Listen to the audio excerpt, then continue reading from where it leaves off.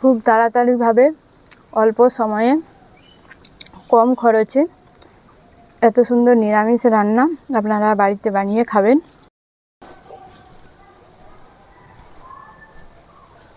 নমস্কার বন্ধুরা, পুতুলের রান্নাঘরে আপনাদেরকে স্বাগত জানাই।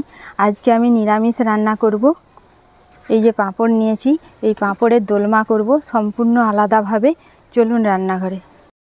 পাঁপড়ের দোলমা করার জন্য আমি কি কি নিয়েছি আপনারা দেখুন। আমি এখানে পাঁপড় নিয়েছি, আলু আর ছানা নিয়েছি। দুধটা কাটিয়ে ছানা বের করিয়েছি, আর আলুটা আগের থেকে আমি সেদ্ধ করে নিয়েছি। এবারে আলুটা আমি ছাড়িয়ে নেব।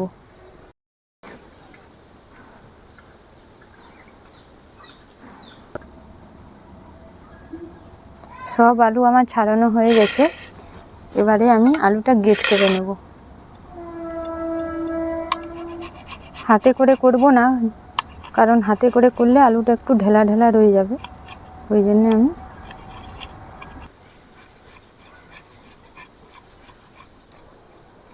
সমস্ত আলু আমার গ্রেট করা হয়ে গেছে। এবারে আমি উনুন ধরিয়ে পুরটা রেডি করে নেব। আমি পাঁপড়ের দোলমা করার জন্য যে পুরটা আগে রেডি করে নেব, তার জন্য আমি কড়াতে তেল দিয়ে দিচ্ছি।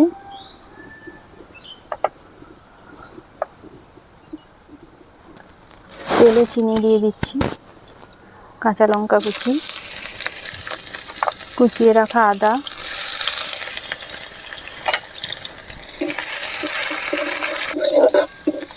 গ্রেট করে রাখা আলু,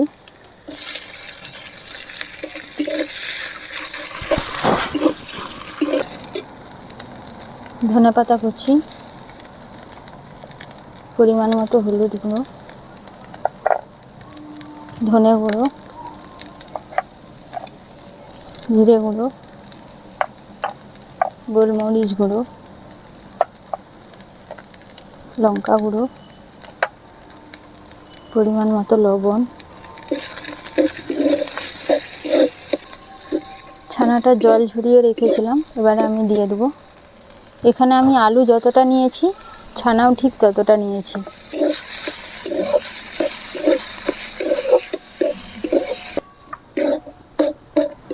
গরম মশলা গুঁড়ো। আলু বেছে নেওয়ার পর ছানা যদি তার থেকে কম হয় তাহলে কিন্তু ভালো লাগবে না। আলু আর ছানা সমান সমান চাই। আমার হয়ে গেছে, এবারে আমি তুলে নেব। এবারে তুলে নেব, রেডি হয়ে গেছে।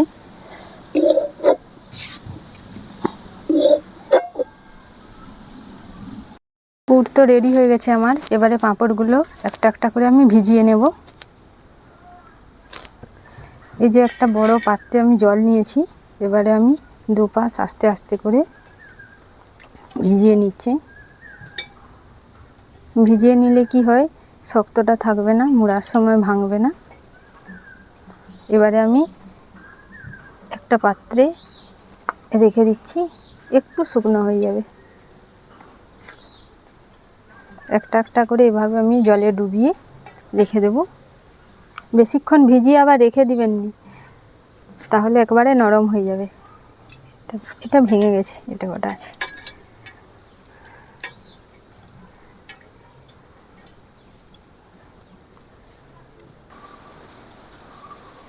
এরকমভাবে আপনারা সমস্ত পাঁপড় জল থেকে ভিজিয়ে তুলে নেবেন।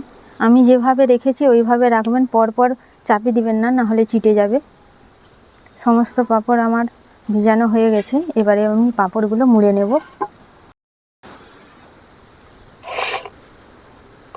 এর মাঝখানে আমি পুর দিয়ে দেবো।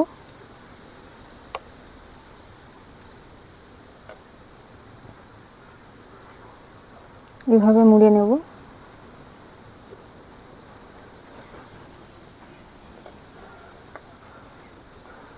একটু জল দিয়ে চিটিয়ে নেবেন, না হলে খুলে যাবে।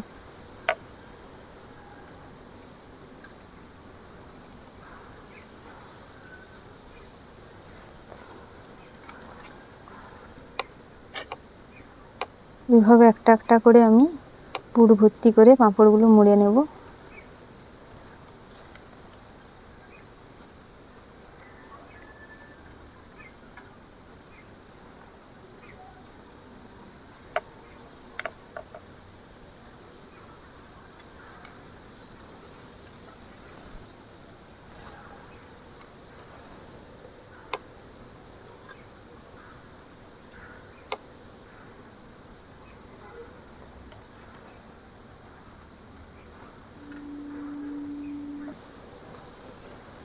আমার সমস্ত পাঁপড় এভাবে মোড়া হয়ে গেছে।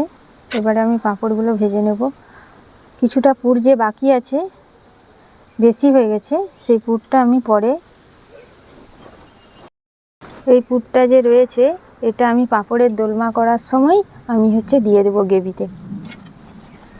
পুর ভরা পাঁপড় ভাজার জন্য আমি কড়াতে তেল দিয়ে দিয়েছি। তেল গরম হয়ে গেছে, এবার আমি পাঁপড় দিয়ে দেবো। এই পাঁপড় ভাজার জন্য বেশি জাল দিবেন না, বেশি জাল দিলে পুড়ে যাবে সঙ্গে সঙ্গে।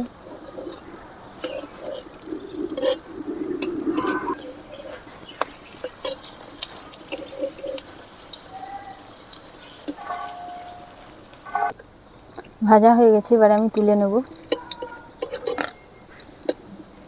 জাল সব সময় কম রাখতে হবে।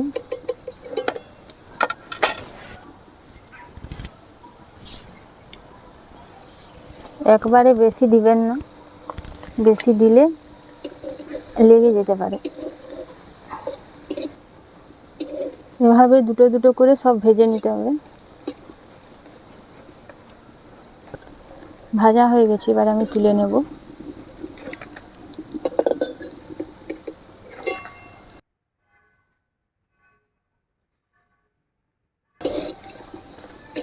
এভাবে সমস্ত পুরভরা পাঁপড় আমার ভাজা হয়ে গেছে, এবারে আমি তুলে নেব। দোলমা করার জন্য আমি কড়াতে তেল দিয়ে দিয়েছি। তেল গরম হয়ে গেছে, এবার আমি চিনি দিয়ে দেবো, গোটা গরম মশলা, আদা জিরে বাটা, পরিমাণ মতো হলুদ, ধনে গুঁড়ো, কাশ্মীরি লঙ্কা গুঁড়ো, পরিমাণ মতো লবণ,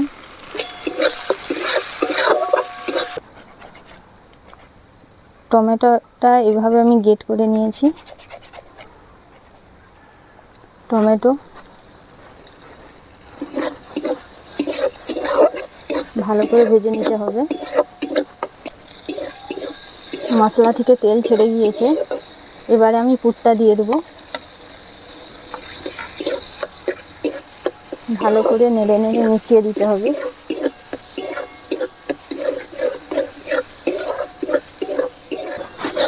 এবারে আমি পরিমাণ মতো জল দিয়ে দেবো।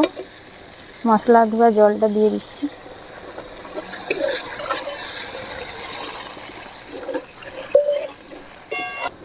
এবারে আমি পুর ভরা পাঁপড়গুলো একটা একটা দিয়ে দেবো।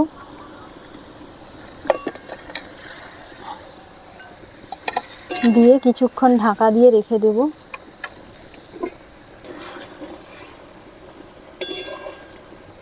এবারে আমি ঢাকা দিয়ে দেব।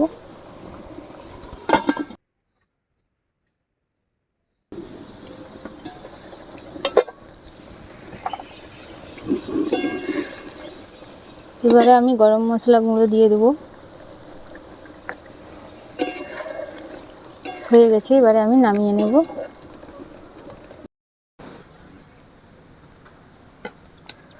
আজকে শুধু সুমি আছে।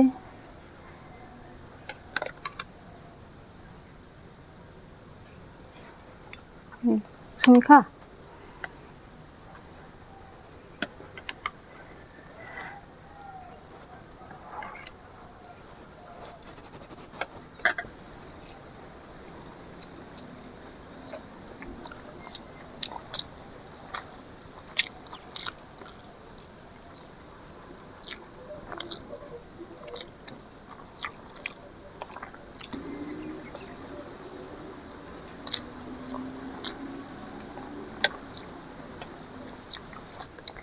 সুমি কেমন হয়েছে?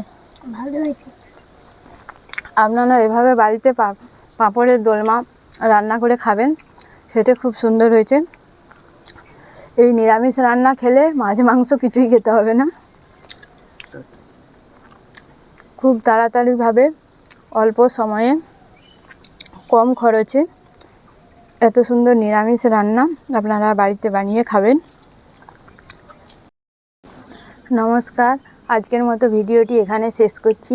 এরকম নতুন নতুন রান্না দেখতে হলে ইউটিউবে আমার চ্যানেলটি সাবস্ক্রাইব করবেন আর ফেসবুকে আমার পেজটি ফলো করবেন।